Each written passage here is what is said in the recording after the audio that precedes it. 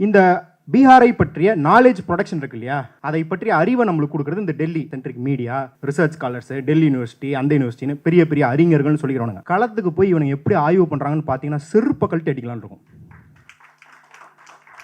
ஒரு கார்லேயே வண்டியில உட்காந்துக்கிறது. ஒரு ஊருக்குள்ள போகும்போது ஆலமரத்துக்கு அடியில் எப்பயும் பெரியவர் உட்காந்துருப்பார். பீகார்ல குத்த வச்சு உட்காந்துட்டு புகையில போட்டுருப்பாரு. இப்படி இப்படி இப்படி புகையில போட்டுருப்பாரு. இவனுக்கு அதாவது காஸ்ட் பேஸ் ரிசர்வேஷன்லாம் கூடாது அப்படிலாம் பேசுவானுங்க. ஆனா 200 மீட்டருக்கு மேல இருந்து அவன் என்ன ஜாதின்னு இவனுக்கு தெரிஞ்சிடும். ஒரு பார்ப்பனர் இல்லாத சாதி, ஒரு ஓபிசி சாதி, எஸ்சி சாதி அந்த பெரியவர்னு தெரிஞ்சா வண்டியை விட்டு கீழே இறங்காம ஓய் சாச்சா இதரா அப்படின்னு கூப்பிடுவானுங்க. கூப்பிட்டு இவனுக்கு தேவையான விவரத்தை அவர்கிட்ட கேட்பானுங்க. அதே ஒரு தாக்கூர் சாதி, ஒரு பார்ப்பன சாதின்னு தெரிஞ்சுட்டா டக்குன்னு வண்டியை விட்டு இறங்கி போய் காலை தொட்டு ராம் ராம் அப்படின்னு சொல்லிட்டு அம்மாவை பார்த்த எம்எல்ஏ மாதிரியே பேசுவானுங்க. இவனுங்க நாலேஜ் ப்ரொடியூஸ் பண்ணி தான் நம்ம பீகாரை பற்றிய எல்லா தவறான கருத்துக்களையும் புரிஞ்சு வச்சிருக்கோம். ஏதோ பீகாருக்கு எல்லாம் அள்ளி கொடுக்குறாங்க அப்படின்னு நினைச்சிருக்கோம்ல, 1% கூட மக்களை போய் சேருவது கிடையாது. நாங்கள் ஒரு வீட்டுக்குள்ள போய் உட்காந்துருக்கோம். வேர்க்குதுன்னு பார்க்குறாரு அவரு. மன்னிச்சுக்கோங்க கரண்ட் போயிடுச்சு அப்படிங்கிறாரு. எப்பங்க போச்சு? என்ன ஒரு 2-3 மணி நேரம் இருக்குமா? இல்லைங்க ஒரு 8 வருஷம் ஆச்சு அப்படிங்கிறாரு. 8 வருஷம் கரண்ட் போச்சுங்கிறது பிரச்சனை இல்லை. 8 வருஷம் அதற்கு எதிராக குரல் எழுப்ப கூட அவர்களுக்கு வெளியில்லாமல் பண்ணி வச்சிருக்காங்க அப்படின்றதான் இங்க பிரச்சனை. பெண்கள் இங்கேயும் பொண்ணுலகம்லாம் கிடையாது. நம்மளுக்கு ரித்தன்யாலேருந்து பொள்ளாச்சி வரைக்கும் நினைவுபடுத்துவது என்னன்னா, இன்னும் நம்மளும் எவ்வளோ தூரம் போக வேண்டியிருக்குன்னு நினைவுபடுத்துது. ஆனா எங்கிருந்து வந்திருக்கோன்னு போறதுக்கு நீங்க 100 வருஷத்துக்கு முன்னாடி நீதி கட்சி என்ன பண்ணுச்சு அப்படின்னு பார்க்க தேவையில்ல. இன்னைக்கு டைம் டிராவல் பண்ற மாதிரி ஸ்பேஸ் டிராவல் பண்ணலாம். ஆக்சுவலி நேரா பீகாருக்கு போய் அங்கள் பெண்களோட நிலை என்ன எப்படி இருக்கு, ஏன் நீக்கியதில் 60% மேற்பட்ட பெண்களை நீக்கி இருக்கிறார்கள் அப்படின்னு புரிஞ்சுக்கணும்னா அங்க போய் பாத்தீங்கன்னா தெரியும். இவனுக்கெல்லாம் ஹிஜாப் பத்தி பேசுறதுக்கு அருகதையே கிடையாது. ஏன்னா ஹிஜாப்லயாவது முகம் தெரியும், இவன் போடுற குங்கட்ல முகமே தெரியாது. குங்கட்னு ஒண்ணு முக்காடு போட வச்சிருப்பாங்க. ஒன்னும் இல்ல, பேட்டி பச்சாவோ ஆட் இருக்கு, பேட்டி பச்சாவோ பேட்டி படாவோ ஆடு, மோடி ஆட் இருக்கும். அதுல கூட பொண்ணுக்கு குங்கட் போட்டு தான் உட்கார வச்சிருப்பாங்க. அதுல கூட பெண் முகத்தை காட்டாத மாதிரி. நான் பெண்கள் அப்படின்னா ரொம்ப ஏழ்மையான குடும்பத்துல சொல்ல, கிராமங்களில் பணக்கார குடும்பத்தில், இங்கேயும் நம்மளுக்கு தெரியும் பஞ்சாயத்துல ரிசர்வேஷன், பெண்களுக்கு ரிசர்வேஷன் எத்தனை ஆண்கள் தங்கள் வீட்டம்மாவை போட்டுட்டு இவங்க ஆட்சி செய்யறாங்க நம்மளுக்கு தெரியும். ஆனா ஒரு பத்திரிகையாளரோ இல்ல ஒரு ஆராய்ச்சி பண்றதுக்குன்னு போனீங்கன்னா என்ன பண்ணுவாங்க? அவங்களுக்கு சொல்லி கொடுத்து உட்கார வச்சுட்டு பின்னால இருந்து முணுமுணுப்பாங்க. அந்த பெண் தான் அவங்கள்ட்ட பேசுவாங்க. கரெக்டா? அப்படிலாம் கிடையாது. நீங்க ஒரு ஆய்வாளராக இருக்கிறீங்க, நீங்க போறீங்க அப்படின்னா உங்க வண்டி சத்தம் கேட்டாலே அந்த வீட்டில் இருக்கிற எல்லா பெண்களும், மனைவி மட்டும் கிடையாது, பெண் குழந்தைகள், தாயார் எல்லாருமே குங்கட் போட்டு கிச்சனுக்குள்ள போய் உட்காந்துக்கணும். அவர்கள் உங்களை பார்க்க கூட கூடாது. உங்கள்ட்ட பேசல, பார்க்க கூட கூடாது. இதை நான் ஏன் சொல்றேன்னா, தமிழ்நாட்டில் இப்படி இருக்கும் அப்படின்றதுக்காக சொல்ல. அப்ப இந்த பெண்களின் வாக்குரிமையை பறித்தால் அவர்கள் எப்படி மீட்டெடுப்பார்கள்? இங்க இருக்கிற பெண்கள் சொல்லுங்க, உங்க வாக்குரிமையை பறிச்சுட்டா நீங்க உங்க வீட்டில் சண்டை போடலாம், போய் வாக்குரிமை வாங்குறது சண்டை போட முடியும்ல. ஆனா அந்த பாசிபிலிட்டி கூட இல்லாத பெண்கள் அந்த நிலையில் வைக்கப்பட்டிருக்கிறார்கள். அதுதான் பீகாரோட நிலைமை. அதனாலதான் எப்பயுமே பாஜக பாருங்க, அதானிக்கு பல லட்சம் கோடி டாக்ஸ் ஃப்ரீ கொடுக்கணும்னா, டாக்ஸ் ரிபேட் கொடுக்கணும்னா இருக்கலே ஏழ்மையான மன்ரேகால இருந்து புடுங்குவாங்க, 100 நாள் வேலை திட்டத்துல இருந்து புடுங்குவாங்க. நிலங்கள் வேணும்னா இருக்கிறதுலயே அரசியல் உரிமை இல்லாத பழங்குடியினர்கிட்ட நிலங்களை புடுங்கி கொடுப்பாங்க இல்லையா? அதே போல இந்த வாக்குரிமையை பறித்து குடியுரிமையை பறிப்பதற்கும் இருக்கிறதுலயே ஏழ்மையான பீகார் பெண்களிலிருந்து தான் தொடங்குறாங்க. இந்துத்துவத்தை பரப்புறதுக்கு அங்க ஒரு கதை சொல்றாங்க பாருங்க. அதாவது இதை கேட்டீங்கன்னா அப்படியே மண்டை வெடிச்சிடும். டேய் என்னடா இப்படி எல்லாம் யோசிக்கிறீங்க, மார்வலுக்கு போங்கடா, நீங்க எல்லாம் கதை எழுதுங்கடா அப்படின்னு இருக்கும். இந்த சூப்பர் ஹீரோ படம் எல்லாம் எழுதுது. முகலாயர்கள் அப்படின்னா யாருன்னு நினைச்சீங்க? பாரசீக மன்னர்கள் இங்கிருந்து வந்தாங்க, அங்கிருந்து வந்தாங்கலாம் பேசுவோம்ல. அவனுக்கு ஒரு விளக்கம் வச்சிருக்கானுங்க. திருமுனை கூட்டங்கள்ல இந்த பாஜக, RSS, இந்த இந்துத்துவ அமைப்புகள் திருமுனை கூட்டங்களை பேசுறது என்னன்னா, ராவணன் வீழ்த்தினோனே அந்த ராவண குடும்பத்தை சேர்ந்தவங்க அந்த தரப்பினர்லாம் ஓடி போய் சவுதியில ஒளிஞ்சுக்கிட்டாங்களாம். அவர்களே திருப்பி இஸ்லாமிய படையெடுப்பா வந்தாங்களாம். திருப்பியும் வீழ்த்தப்பட்டோன்னே அவங்க போயிட்டு ராகுல் காந்தியா வந்திருக்காங்களாம் இட்டலியில இருந்து. புரியுதா? கேட்கும் போது எப்படி இருக்கு, பகீர்னு இருக்குல்ல. ஆனால் இதை நம்பும் அளவுக்கு மக்களை திசை திருப்பி அவர்களுக்கு கல்வி அறிவே தராமல் அவர்களுக்கு மருத்துவம், நீங்கெல்லாம் ஆரம்ப சுகாதார நிலையம் இருக்கு அப்படின்றது நம்மளுக்கு தெரியாது. ஏன்னா நம்ம பெரிய பெரிய ஹாஸ்பிட்டல்லாம் பார்க்க ஆரம்பிச்சிட்டோம், காவேரி அப்போலாம் பார்க்க ஆரம்பிச்சிட்டோம். ஆனா ஆரம்ப சுகாதார நிலையங்கள் இல்லாமல் அங்க எப்படி அவதிப்படுறாங்க மக்கள்னு பார்த்தா தெரியும். அனஸ்தீசியா இல்லாம சர்ஜரி எல்லாம் நான் பார்த்திருக்கேங்க. அப்படி மக்கள் வைக்கப்பட்டிருக்கிறார்கள். இது ஒரு புறம். இன்னொரு புறம், இதே ஆட்கள் எலெக்ஷனுக்கு வரும்போது என்ன தெரியுமா கேம்பெயின் பண்ணுவான்? இங்கதான் ஊழல் ஆச்சு, அந்த ஆச்சு, மண்ணாங்கட்டி ஆச்சுன்னு பேசுவான். பொதுவா டிவி சேனலா இருக்கும்போது இது பேச மாட்டான். டிவி சேனல்கள் இல்லாத திருமுனை கூட்டத்தில் நாங்கள் ஆட்சிக்கு வந்தால் தமிழ்நாடு போல ஆட்சியை தருவோம்னு பேசுவோம். அத்தனை பேரையும் பார்த்துருக்கேன் நான். ஏன்னா இங்கிருந்து போனவர்களுக்கு தமிழ்நாடு, கேரளாலாம் எவ்வளோ நல்லா இருக்குது அப்படின்னு தெரியுது இல்லையா? நாங்கள் தமிழ்நாடு போல ஒரு சூழலை உருவாக்குவோம், இங்கேயே உங்களுக்கு வேலை தருவோம், இங்கேயே மால் இருக்கும், எல்லாத்துக்கும் மால். நான் ஒரு சிட்டியில் வாழ்ந்தேன்.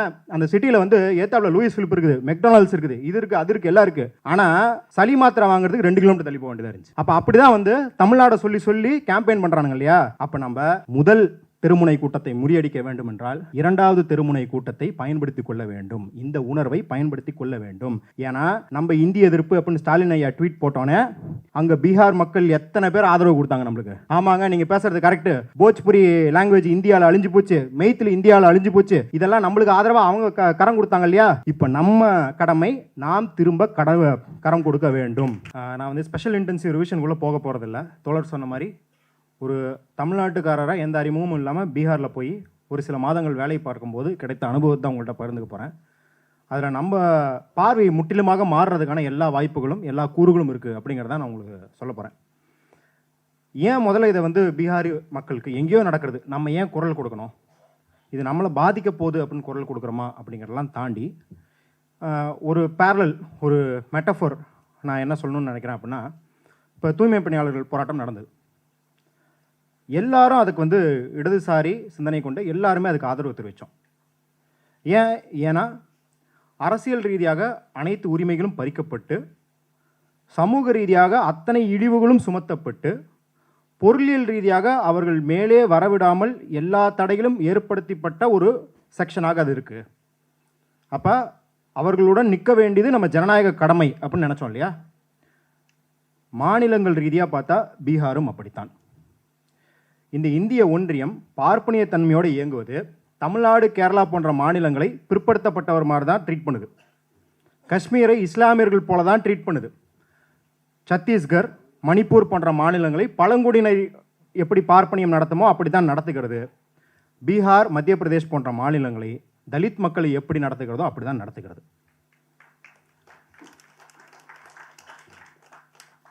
அப்போ அந்த கண்ணோட்டத்திலேருந்து நம்ம பார்க்கும்போது நம்ம எல்லாரும் என்ன நினைக்கிறோம்னா, யூபி பீகார் நம்ம சொல்லாடல், இந்த ரொம்ப மோசமான கொச்சையான ஒரு வார்த்தை இருக்குது, வடக்கன் அப்படின்ற வார்த்தை இருக்குது. இந்த வடக்கன் அப்படின்னும் போது யூபி பீகார்னு ஒன்று சேர்த்துருவோம்ல. போய் பார்த்தா தான் தெரியும் கடல் அளவு வித்தியாசம் இருக்குது யூபிக்கும் பீகாருக்கும். நான் வந்து இன்ஃப்ராஸ்ட்ரக்சரு டெவலப்மெண்ட்லாம் அதெல்லாம் விட்டுருங்க, மக்கள் மனநிலையை பொறுத்தவரை பீகார் மக்கள் யூபி மக்கள் அளவு இந்துத்துவத்தால் ஆட்கொள்ளப்படவில்லை. ஏனென்றால் அங்கே வந்து 60கள் 70களில் தீவிரமான நக்சல்பாரி தாக்கம் இருந்தது. அதற்கு பிறகு பார்ப்பனர் இல்லாத இயக்கம் வந்து அங்கே வந்து பெரிய லெவலில் ஒரு போராட்டத்தை நடத்தி அதுலேருந்து தான் லல்லு பிரசாத் யாதவெல்லாம் வராரு. லல்லு பிரசாத் யாதவ் வந்து ரத யாத்திரையை போது சொன்னார், அத்வானி மட்டும் என் எல்லைக்குள்ளே காலை வைக்கட்டும், அந்தாலும் அடுத்த நிமிஷம் ஜெயிலில் இருப்பான்னு சொன்னார். அதனுடைய விளிமையங்களை தாக்கங்களை நீங்கள் இன்னும் பார்க்கலாம். ஆனால் நீங்கள் தமிழராக போனால் கூட என்ன நினைக்கிறாங்க, இப்போல்லாம் இப்போ டெல்லி யூனிவர்சிட்டியில் கிடைக்குது, இல்லை வந்து வேறு ஏதாவது யூனிவர்சிட்டிஸில் நார்த் இந்தியாவில் கிடைக்குன்னா பசங்க ஃபஸ்ட்டு ஃபோன் பண்ணி கேட்குறது என்ன அப்படின்னா, ஆனால் அங்கே போய் நம்ம தமிழ்னு சொன்னால் அடிச்சு விடுவாங்களான்னு கேட்குறாங்க. இதே மனநிலை தான் பீகார் பற்றியும் இருக்குது. ஆனால் பீகாரில் கிராமங்களில் போயிட்டு நீங்கள் தமிழர்னு சொல்லுங்கள், அப்படி ஒரு வரவேற்பு இருக்கும். ஏன்னா எல்லா குடும்பங்களிலும் ஒரு சொந்தக்காரராவது நம்ம ஊரில் வேலை பார்த்துட்டு இருப்பார். அதனால் அவங்க நம்மளை வந்து சகோதரர்களாக பார்ப்பாங்க. அந்த லாங்குவேஜ் டிஃப்ரென்ஸ்லாம் அவங்க சொல்லிடுவாங்க, ஹர் ஹர் லோக் ஹர் ஹர் பாஷா होता है. ஒவ்வொரு மனுஷருக்கும் ஒவ்வொரு லாங்குவேஜ் இருக்கும், அதெல்லாம் பிரச்சனை இல்லை. இன்னும் சொல்லப்போனால் பாச மிகுதியில் ஒரு வீட்டில் என்னை உட்கார வச்சு 3 மணி நேரம் வேதாளம் ஹிந்தி டப்பிங் பார்க்க வச்சாங்க. தமிழ்லேயே அந்த படத்தை நம்மளால் பார்க்க முடியாது. அதனால் அந்த பாச மிகுதிக்காக நம்ம உட்காந்து அவங்களோட பார்த்தோம். ஆனால் இந்த பிக்சர் நம்மளுக்கு ஏன் தெரியாது அப்படின்னா, இந்த பீகாரை பற்றிய நாலேஜ் ப்ரொடக்ஷன் இருக்கு இல்லையா, அதை பற்றிய அறிவை நம்மளுக்கு கொடுக்குறது இந்த Delhi centric media, research scholars, Delhi university, அந்த யூனிவர்சிட்டின்னு பெரிய பெரிய அறிஞர்கள்னு சொல்லிக்கிறவனுங்க. களத்துக்கு போய் இவனுங்க எப்படி ஆய்வு பண்ணுறாங்கன்னு பார்த்தீங்கன்னா செருப்பை கழட்டி அடிக்கலான்னு இருக்கும். ஒரு கார்லேயே வண்டியிலே உட்காந்துக்கிறது. ஒரு ஊருக்குள்ளே போகும்போது ஆலமரத்துக்கு அடியில் எப்பயும் பெரியவர் உட்காந்துருப்பார். பீகாரில் குத்த வச்சு உட்காந்துட்டு புகையில போட்டிருப்பார், இப்படி இப்படி இப்படி இப்படி புகையில போட்டிருப்பார். இவனுக்கு அதாவது காஸ்ட் பேஸ் ரிசர்வேஷன்லாம் கூடாது அப்போ இப்படிலாம் பேசுவானுங்க. ஆனால் 200 மீட்டருக்கு முன்னாடிலேருந்து அவன் என்ன ஜாதின்னு அவனுக்கு தெரிஞ்சிடும். ஒரு பார்ப்பனர் இல்லாத சாதி, ஒரு ஓபிசி சாதி, எஸ்சி சாதி அந்த பெரியவர்னு தெரிஞ்சா வண்டியை விட்டு கீழே இறங்காமல் ஓய் சாச்சா இதரா அப்படின்னு கூப்பிடுவானுங்க. கூப்பிட்டு இவனுங்களுக்கு தேவையான விவரத்தை அவர்கிட்ட கேட்பானுங்க. அதே ஒரு தாக்கூர் சாதி, ஒரு பார்ப்பன சாதின்னு தெரிஞ்சுட்டா டக்குன்னு வண்டியை விட்டு இறங்கி போய் காலை தொட்டு ராம் ராம் அப்படின்னு சொல்லிட்டு அம்மாவை பார்த்த எம்எல்ஏ மாதிரியே பேசுவானுங்க.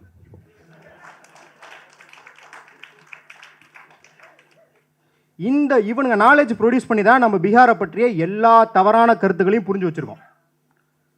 ஏதோ பீகாருக்கு எல்லாம் அள்ளி கொடுக்குறாங்க அப்படின்னு நினச்சிட்டு இருக்கோம்ல, 1% கூட மக்களை போய் சேருவது கிடையாது. நாங்கள் ஒரு வீட்டுக்குள்ளே போய் உட்காந்துருக்கோம், வேர்க்குதுன்னு பார்க்குறாரு அவர். மன்னிச்சுக்கோங்க கரண்ட் போயிடுச்சு அப்படிங்கிறாரு. எப்போங்க போச்சு? என்ன ஒரு 2-3 மணி நேரம் இருக்குமான்னு? இல்லைங்க ஒரு 8 வருஷம் ஆச்சு அப்படிங்கிறாரு. 8 வருஷம் கரண்ட் போச்சுங்கிறது பிரச்சனை இல்லை, 8 வருஷம் அதற்கு எதிராக குரல் எழுப்ப கூட அவர்களுக்கு வெளியில்லாமல் பண்ணி வச்சிருக்கிறாங்க அப்படின்றதான் இங்கே பிரச்சனை. நீங்கள் வந்து சொல்கிற நம்பலனா ஃபீஸ்ட் ஆஃப் வெல்ச்சஸ்னு ஒரு புத்தகம் இருக்குது, ஜோசி ஜோசப்னு எழுதியிருக்கார் ஒருத்தர். அவரோட முதல் சாப்டரை பாருங்கள். 1 கிலோமீட்டர் 2 கிலோமீட்டர் ரோடு போகிறதுக்கு எத்தனை 10 ஆண்டுகள் போராடி இருக்காங்க ஒரு கிராமத்துலன்னு. அது போல் பல இடத்துல எங்கேயாவது தரைப்பாலம் விழுந்துருச்சு, இல்லை ரோடு சரியில்லை, கட் ஆகிடுச்சு, ஃப்ளட் ஆகிடுச்சு அப்படின்னா நம்ம என்ன பண்ணுவோம்? வண்டியை சுற்றிட்டு அடுத்த ஜங்ஷனில் போய் திரும்பி வந்துடுவோம் இல்லையா? இல்லைங்க நம்ம போயிட்டு ஒரு 3 நாள் கழிச்சு வருவோம்னுவாங்க. ஏன்டா அப்படின்னு கேட்டால் 30 கிலோமீட்டர் சுற்றிட்டு வரணுன்னுவோம். அந்த அளவுக்கு தான் மக்கள் அங்கே வைக்கப்பட்டிருக்கிறார்கள். நான் சொன்னேன்ல முன்னாடி, இவ்வளோ பார்ப்பனர் இல்லாத இயக்கம் அங்கே செயல்பட்டுருக்கு, மக்களுக்கு அந்த கான்சியஸ்னஸ் ஓரளவுக்கு இருக்குது அப்படின்லாம். ஆனால் அதையெல்லாம் தாண்டி நான் ஏன் இந்த இன்ஃப்ராஸ்ட்ரக்சர் பற்றி பேசுகிறேன் அப்படின்னா, அதையெல்லாம் தாண்டி சாதியம் அங்கே வந்து தமிழ்நாடு பெரியார் மண்ணா என்ன கிக்கி பிக்கின்னு எல்லாம் பண்ணுவாங்கல்ல, சாதி பேரை நீக்கிட்டா சாதி ஒழிஞ்சிருமா அப்படிலாம் கேட்பாங்கல்ல. ஆனால் அது அந்த டிஃப்ரென்ஸை நீங்கள் அங்கே போய் பார்த்தா உணர்வீங்க. அங்கே ஜாதிங்கிறது வந்து கிறிஸ்டலைஸ்டாக இருக்குது. கிறிஸ்டலைஸ்னால் அப்படியே திடப்பட்ட ஒரு ஃபார்மில் மாறவே மாறாது. அதாவது வந்து ஒரு 20 வருஷம் கழித்து போய் பார்த்தீங்கன்னாலும் அது அப்படியே இருக்கும், 20 வருஷத்துக்கு முன்னாடி போய் பார்த்தீங்கன்னாலும் அப்படியே இருக்கும். ஏன் அப்படின்னா, ஏன் பெரியார் மண் அப்படின்னு சொல்கிறதுக்கு அப்படின்னா, அதுக்கப்புறம் வந்து அரசியல் கட்சிகள் இதை பண்ணாங்க அதை பண்ணாங்க அப்படிங்கிறதெல்லாம் கிடையாது. ஏன் இது பெரியார் மண், ஏன் சாதி அங்கேருந்து இங்கே மாறுபட்டிருக்கு அப்படின்னா, பெரியார் பெயர் நீக்கத்தை மட்டும் பேசவில்லை, பெரியார் பெயர் நீக்கத்தோடு சேர்த்து இந்த மாநிலம் தொழில்மயமாவது, நவீனமயமாவது, நகரமயமாவது இதையெல்லாம் பேசியிருக்கிறாரு. அதனால இங்கே தொழில்மயமானதுனால சாதிகளுக்கு இடையே அட்லீஸ்ட் ஒரு போட்டியாவது இருக்குது. ஒரு இப்போ எம்பிசி எஸ்சிக்கு வந்து ஒரு முரண் இருக்குது. இப்போ இந்த சாதியை வந்து 10 வருஷம் நீங்கள் எதுவுமே பண்ணாதீங்கன்னு முடக்கி வச்சிட்டிங்கன்னா அதுக்கு இமீடியட்டாக கீழே இருக்கிற அடுத்த சாதி ஓவர்டேக் பண்ணிடும் 10 வருஷத்தில். ஏன்னா வாய்ப்புகள் இருக்குது, தொழில்மயமானதுனால இண்டஸ்ட்ரியலாக இருக்கிறதுனால இந்த வாய்ப்புகள் இருக்குது. அங்கே அந்த மாதிரி எந்த வாய்ப்புமே இல்லை, அதனால சாதி அப்படியே இருக்கிறது. நாங்கள் வந்து பெண்கள் அப்படின்னு சொன்னோம் இல்லையா, பெண்கள் இங்கேயும் பொண்ணுலகம்லாம் கிடையாது. நம்மளுக்கு ரித்தன்யாலேருந்து பொள்ளாச்சி வரைக்கும் நினைவுபடுத்துவது என்னென்னா, இன்னும் நம்மளும் எவ்வளோ தூரம் போக வேண்டியிருக்குன்னு நினைவுபடுத்துது. ஆனால் எங்கேருந்து வந்திருக்கோன்னு போகிறதுக்கு நீங்கள் வந்து 100 வருஷத்துக்கு முன்னாடி நீதி கட்சி என்ன பண்ணுச்சு அப்படின்னு பார்க்க தேவையில்ல. இன்றைக்கி டைம் ட்ராவல் பண்ணுற மாதிரி ஸ்பேஸ் ட்ராவல் பண்ணலாம். ஆக்சுவலி நேராக பீகாருக்கு போய் அங்கே பெண்களோட நிலை என்ன எப்படி இருக்குது, ஏன் நீக்கியதில் 60% மேற்பட்ட பெண்களை நீக்கி இருக்கிறார்கள் அப்படின்னு புரிஞ்சுக்கணும்னா அங்கே போய் பார்த்தீங்கன்னா தெரியும். இவன் வந்து இவனுக்கெல்லாம் ஹிஜாப் பற்றி பேசுறதுக்கு அருகதையே கிடையாது.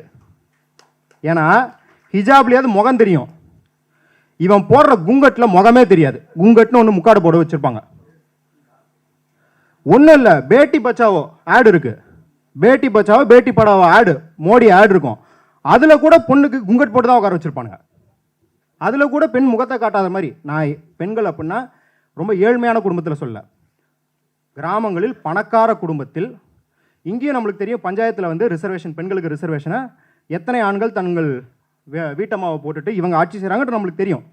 ஆனால் ஒரு பத்திரிகையாளரோ இல்லை ஒரு ஆராய்ச்சி பண்ணுறதுக்குன்னு போனீங்கன்னா என்ன பண்ணுவாங்க?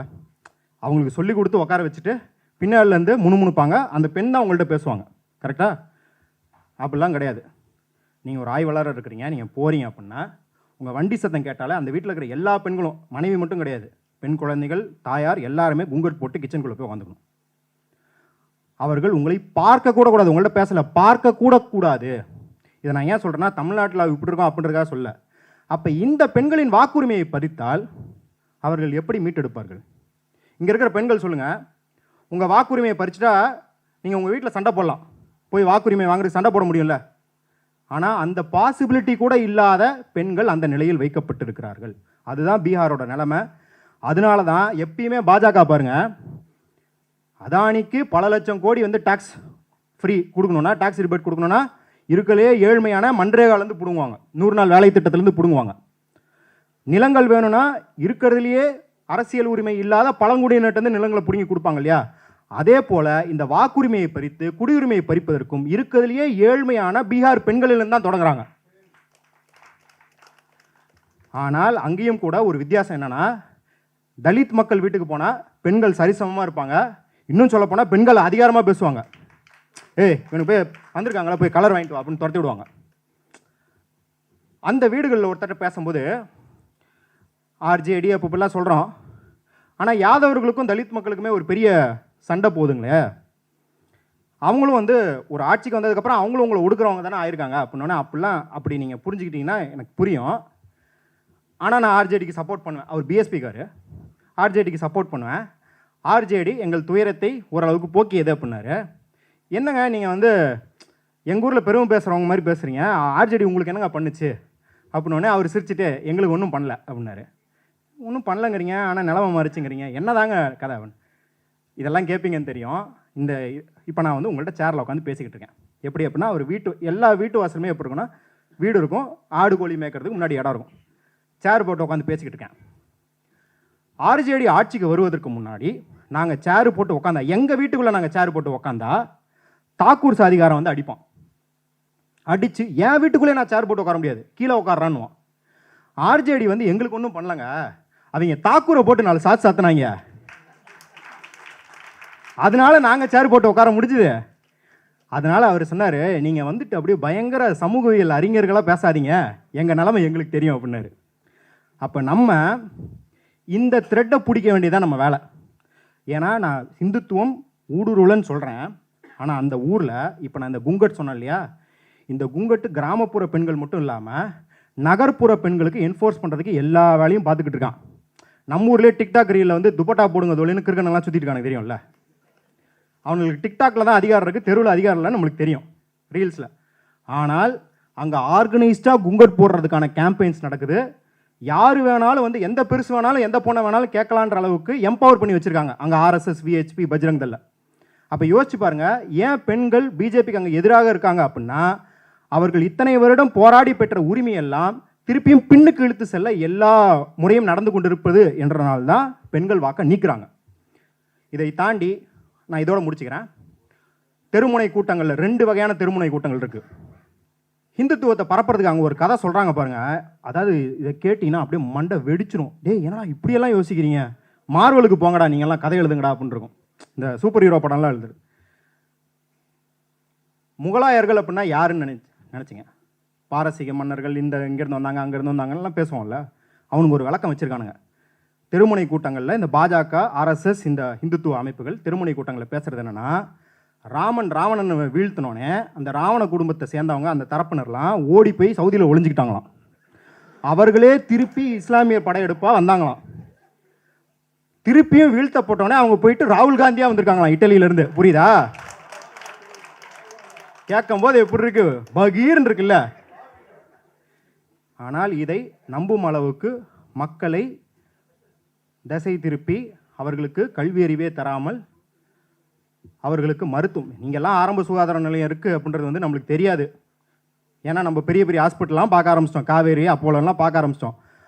ஆனால் ஆரம்ப சுகாதார நிலையங்கள் இல்லாமல் அங்கே எப்படி அவதிப்படுறாங்க மக்கள்னு பார்த்தா தெரியும். அனஸ்தீசியா இல்லாமல் சர்ஜரியெல்லாம் நான் பார்த்துருக்கேங்க. அப்படி மக்கள் வைக்கப்பட்டிருக்கிறார்கள, இது ஒரு புறம். இன்னொரு புறம் இதே ஆட்கள் எலெக்ஷனுக்கு வரும்போது என்ன தெரியுமா கேம்பெயின் பண்ணுவான், இங்கே தான் வந்துட்டு ஊழல் ஆச்சு, அந்த ஆச்சு, மண்ணாங்கட்டி ஆச்சுன்னு பேசுவான். பொதுவாக டிவி சேனலாக இருக்கும்போது இது பேச மாட்டான். டிவி சேனல்கள் இல்லாத தெருமுனை கூட்டத்தில் நாங்கள் ஆட்சிக்கு வந்தால் தமிழ்நாடு போல் ஆட்சியை தருவோம்னு பேசுவான். அத்தனை பேரையும் பார்த்துருக்கேன் நான். ஏன்னா இங்கேருந்து போனவர்களுக்கு தமிழ்நாடு, கேரளாலாம் எவ்வளோ நல்லா இருக்குது அப்படின்னு தெரியுது இல்லையா. நாங்கள் தமிழ்நாடு போல் ஒரு சூழலை உருவாக்குவோம், இங்கேயே உங்களுக்கு வேலை தருவோம், இங்கேயே மால் இருக்கும், எல்லாத்துக்கும் மால். நான் ஒரு சிட்டியில் வாழ்ந்தேன். அந்த சிட்டியில் வந்து ஏத்தாப்புல லூயிஸ் ஃபிலிப் இருக்குது, மெக்டொனால்ட்ஸ் இருக்குது, இது இருக்குது, அது இருக்குது, எல்லாம் இருக்குது. ஆனால் ஒரு சளி மாத்திரை வாங்குறதுக்கு 2 கிலோமீட்டர் தள்ளி போக வேண்டியதாக இருந்துச்சு. அப்போ அப்படி தான் வந்து தமிழ்நாடை சொல்லி சொல்லி கேம்பெயின் பண்ணுறானுங்க இல்லையா. அப்போ நம்ம முதல் தெருமுனை கூட்டத்தை முறியடிக்க வேண்டும் என்றால் 2வது தெருமுனை கூட்டத்தை பயன்படுத்தி கொள்ள வேண்டும், இந்த உணர்வை பயன்படுத்தி கொள்ள வேண்டும். ஏன்னா நம்ம இந்திய எதிர்ப்பு அப்படின்னு ஸ்டாலின் ஐயா ட்வீட் போட்டோன்னே அங்கே பீகார் மக்கள் எத்தனை பேர் ஆதரவு கொடுத்தாங்க நம்மளுக்கு. ஆமாங்க நீங்கள் பேசுகிறது கரெக்டு, போஜ்புரி லாங்குவேஜ் இந்தியாவில் அழிஞ்சு போச்சு, மெய்த்தில் இந்தியாவில் அழிஞ்சு போச்சு, இதெல்லாம் நம்மளுக்கு ஆதரவாக அவங்க கரம் கொடுத்தாங்க இல்லையா. இப்போ நம்ம கடமை நாம் திரும்ப கரம் கொடுக்க வேண்டும். அதுவும் குறிப்பாக நான் சொன்ன மாதிரி இந்த பார்ப்பன, சத்திரிய, பனியா சாதியிலேருந்து வந்த பார்ப்பனிய சிந்தனை கொண்ட ஜேர்னலிஸ்ட் எல்லாம் செயல்பட்டு கொண்டு இருக்கும்போது சாகர் போன்ற ஜேர்னலிஸ்ட்டுகள் செயல்படுகிறார்கள் என்பது நம்மளுக்கு கிடைத்த வரப்பிரசாதம். அவர்களை நாம் இறுக பற்றி கொள்ள வேண்டும். எப்படி வாஞ்சிநாதன் அவர்களை சொன்னாங்களோ அதே போல் வடக்குலேருந்து நம்மளுக்கு வந்து சாகர் இருக்காரு, அவரை இறுக பற்றி கொண்டு அவர் நமக்கு கொடுக்கும் அறிவை நாம் பெற்றுக்கொள்ள வேண்டும். பீகார் மக்களுக்காக நாம் சகோதரர்களாக சகோதரிகளாக ஒன்றிணைய வேண்டும். தொடர்ந்து இது ஒரு மீட்டிங் மட்டும் கிடையாது, நவம்பரில் எலெக்ஷன் முடிகிற வரைக்கும் அவர்களுக்கு என்னென்ன தேவையோ அது அத்தனையும் ஊடகத்தின் வாயிலாகவும் மாணவர்கள் மத்தியில் பிரச்சாரம் செய்யும் வாயிலாகவும் செய்து கொண்டே இருக்க வேண்டும் என்று கேட்டுக்கொண்டு விடைபெறுகிறேன். நன்றி.